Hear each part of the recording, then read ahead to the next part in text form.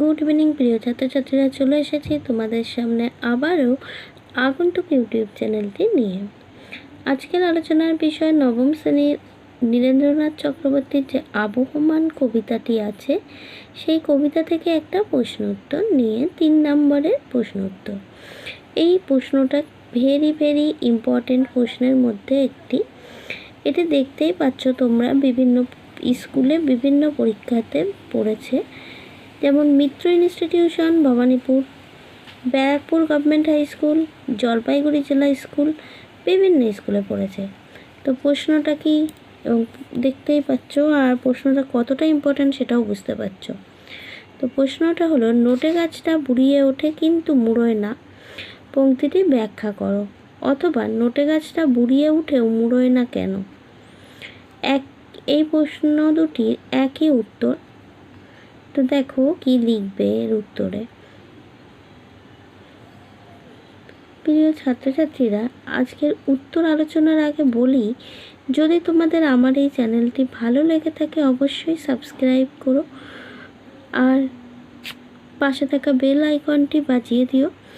একই সাথে যদি তোমাদের এই প্রশ্নোত্তর শেয়ার ভালো লেগে থাকে, একটা করে লাইক করে দিও ও বন্ধুদের মধ্যে শেয়ার করো, যাতে নতুন নতুন ভিডিও দেওয়ার সঙ্গে সঙ্গে তোমরা সকলেই এর সাহায্য পেতে পারো। ও কমেন্ট বক্সে লিখে জানিও কেমন লাগছে তোমাদের এই আলোচনা। আর যদি নতুন কিছু জানারও থাকে তবে সেটা কমেন্ট বক্সে লিখে জানিও, আমি সাধ্যমতো চেষ্টা করব তোমাদেরকে দেওয়ার। তো এবার দেখো এর উত্তরটা আমরা কি লিখব। নোটে গাছটা বুড়িয়ে ওঠে কিন্তু মুড়োয় না, পংক্তিটির ব্যাখ্যা। নীরেন্দ্রনাথ চক্রবর্তী তার আবহমান কবিতায় দেখিয়েছেন যে এক সময় মানুষ নিবিড় ভালোবাসায় ঘর বেঁধেছিল গ্রাম বাংলায়।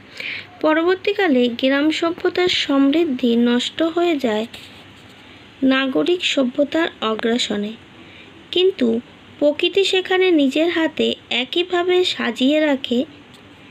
জীবন বয়ে চলে স্বচ্ছন্দ সহজ গতিতে, আর শহরের ক্লান্ত মানুষেরা শান্তির খোঁজে বারবার ফিরে আসে গ্রাম বাংলার বুকে।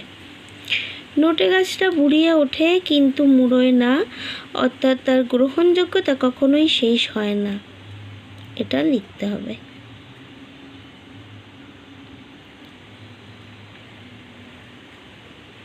ঠিক আছে।